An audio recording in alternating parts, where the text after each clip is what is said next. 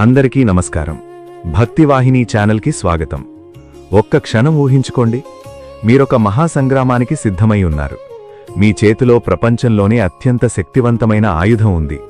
కానీ సరిగ్గా శత్రువుపై గురిపెట్టాల్సిన సమయంలోనే మీ చేతులు వణికిపోతే ఎలా ఉంటుంది? మీ గుండె వేగంగా కొట్టుకుంటూ ప్రపంచమంతా తలక్రిందులైనట్లు అనిపిస్తే ఎలా ఉంటుంది? మీరు బలంగా విశ్వసించిన సిద్ధాంతాలే మిమ్మల్ని చూసి వెక్కిరిస్తున్నట్లు అనిపిస్తే ఎలా ఉంటుంది? మూడు లోకాలను గడగడలాడించగల గాంధీవధారి అయిన ఆ అజేయ మహావీరుడు అర్జునుడు సరిగ్గా ఇదే స్థితిలో కుప్పకూలిపోయాడు. తన ఎదురుగా ఉన్నవారు శత్రువులు కారని, తన సొంత రక్త సంబంధీకులే అని గ్రహించినప్పుడు ఆ వీరుని హృదయం ముక్కలైపోయింది. ఈరోజు ఈ వీడియోలో ఆ వేదన, ఆ సందిగ్ధత మరియు ఆ ఆవేదన యొక్క లోతును మనం పరిశీలిద్దాం. ఈ వీడియోను చివరి వరకు చూడండి, ఎందుకంటే మన జీవితంలో అత్యంత కీలకమైన నిర్ణయాలు తీసుకునేటప్పుడు మన మనసులో కలిగే అంతర్మథనానికి అర్జునుని పరిస్థితి ఒక అద్దంలా నిలుస్తుంది. శ్రీమద్భాగవతం మొదటి అధ్యాయంలోని 29 నుండి 31 వరకు ఉన్న ఈ శ్లోకాలను ఒకసారి గమనిద్దాం. వేపతుశ్చ శరీరే మే రోమహర్షశ్చ జాయతే గాండీవం స్రంసతే హస్తత్ త్వక్చైవ పరిదహ్యతే నచ శక్నోమ్యవస్థాతుం భ్రమతీవ చ మే మన నిమిత్తాని చ పశ్యామి విపరీతాని కేశవ నచ శ్రేయో ననుపశ్యామి హత్వా స్వజనమాహవే. ఈ శ్లోకాల భావమేమిటంటే, నా శరీరం వణికిపోతోంది, నా శరీరంపై ఉన్న రోమాలు నిక్కపొడుచుకుంటున్నాయి, నా చేతి నుండి గాండీవం జారిపోతోంది, నా శరీరమంతా నిప్పుల మీద ఉన్నట్లు మండిపోతోంది, నా మనస్సు గందరగోళానికి గురై గిర్రున తిరుగుతున్నట్లు ఉంది. ఓ కేశవ, నాకు అపశకునాలు మాత్రమే కనిపిస్తున్నాయి. ఈ యుద్ధంలో నా సొంత బంధువులను, నా ఆప్తులను చంపడం వల్ల ఎటువంటి ప్రయోజనం కలుగుతుందో నాకేమాత్రం అర్థం కావడం లేదు అని అర్జునుడు చెప్పెను. దీని భావమేమిటంటే, అర్జునుడు శ్రీకృష్ణునితో అత్యంత వేదనతో ఇలా విన్నవిస్తున్నాడు. ఓ కృష్ణ, నా శరీరం వణికిపోతోంది, నా రోమాలు నిక్కపొడుచుకుంటున్నాయి, నా అమూల్యమైన గాండీవం నా చేతి నుండి జారిపోతోంది, నా శరీరమంతా నిప్పుల మీద ఉన్నట్లు మండిపోతోంది, నా మనస్సు గందరగోళానికి గురై గిర్రున తిరుగుతున్నట్లు ఉంది. ఇకపై నేను స్థిరంగా నిలబడలేకపోతున్నాను. ఓ కేశవ, నాకు అపశకులాలు మాత్రమే కనిపిస్తున్నాయి.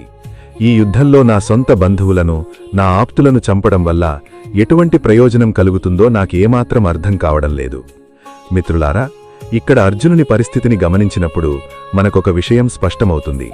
మన అంతరంగం నుండే ఉద్భవించే ఆ శత్రువు, అదే మమకారం, ఏ బాహ్య శత్రువు కంటే అయినా ఎంతో ప్రమాదకరం. అర్జునుడు ఎన్నో యుద్ధాలు చేశాడు, ఎంతోమంది రాక్షసులను సంహరించాడు.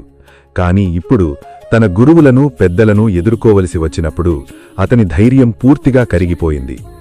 మన సొంత జీవితాల్లో కూడా ఏదైనా తప్పు జరుగుతున్నప్పుడు దానికి మన సొంతవారే కారణమని తెలిసినప్పుడు మనం తరచుగా మౌనంగా ఉండిపోతాము. ఆ నిశ్శబ్దం మనల్ని అధర్మం వైపు నడిపిస్తుంది. ఇక్కడ అర్జునుడు నాకు ఏ మంచి కనిపించడం లేదు అంటాడు. దీని బట్టి అతను ఒక సందిగ్ధంలో చిక్కుకున్నాడని తెలుస్తోంది. రక్తపాతంతో సాధించిన విజయం నిజంగా ఎలా విజయమవుతుంది? ఇది కేవలం అర్జునుని కథ మాత్రమే కాదు, కర్తవ్యం మరియు సంబంధం మధ్య నలిగిపోయే ప్రతి వ్యక్తి యొక్క కథ ఇది. ఈ స్థితిలో అర్జునుడు ఒక అద్భుతమైన మాట పలికాడు, తన మనస్సు భ్రమలో ఉంది అని.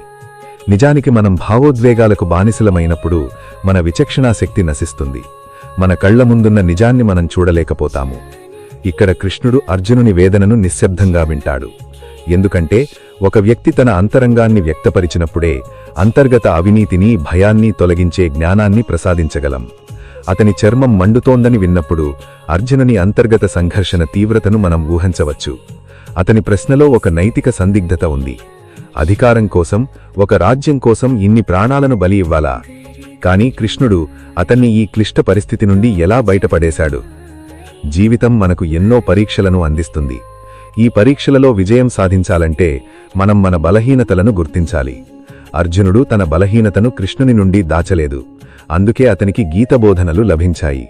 అదేవిధంగా మనం మన సమస్యలను, భయాలను పరమాత్మకు లేదా మనకు మార్గనిర్దేశించే నిజమైన గురువుకు తెలియజేసినప్పుడే సరైన మార్గాన్ని కనుగొంటాము. బాధపడుతున్న అర్జునుణ్ణి చూసి కృష్ణుడు నవ్వాడా లేక అతన్ని మందలించాడా? గాండీవం అర్జునునికి చేతికి ఎలా తిరిగి వచ్చింది? వీటన్నింటినీ మనం రేపటి వీడియోలో అన్వేషిద్దాం. తరువాతి భాగంలో కృష్ణుడి ప్రతిస్పందన మన జీవితాలను మలుపు తిప్పబోతోంది. ఆ అద్భుతాన్ని మిస్ అవ్వకుండా ఉండడానికి ఇప్పుడే సబ్స్క్రైబ్ చేసుకోండి. మీకు ఈ వీడియో నచ్చితే మీ ప్రియమైన వారితో పంచుకోండి. రేపు మళ్ళీ కలుద్దాం. జై శ్రీకృష్ణ. ధన్యవాదాలు.